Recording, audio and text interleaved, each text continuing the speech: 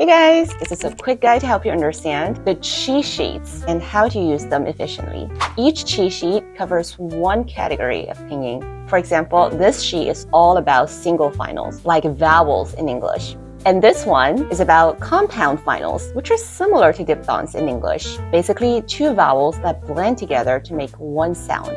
So how does it actually work? Let me explain to you. For each pinyin sound, you will see a bar like this. This is the pinyin letter. This is how it actually sounds if spelled in English. And here we have an example of the English word to help you understand the sound. And finally, a picture here to help you remember it visually.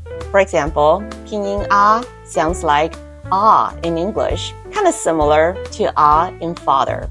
You also find a few special rule breakers, which are pinyins that don't follow standard pronunciation rules. For example, this one, actually pronounced as bo u o, bo, but in pinyin is simply spelled as this.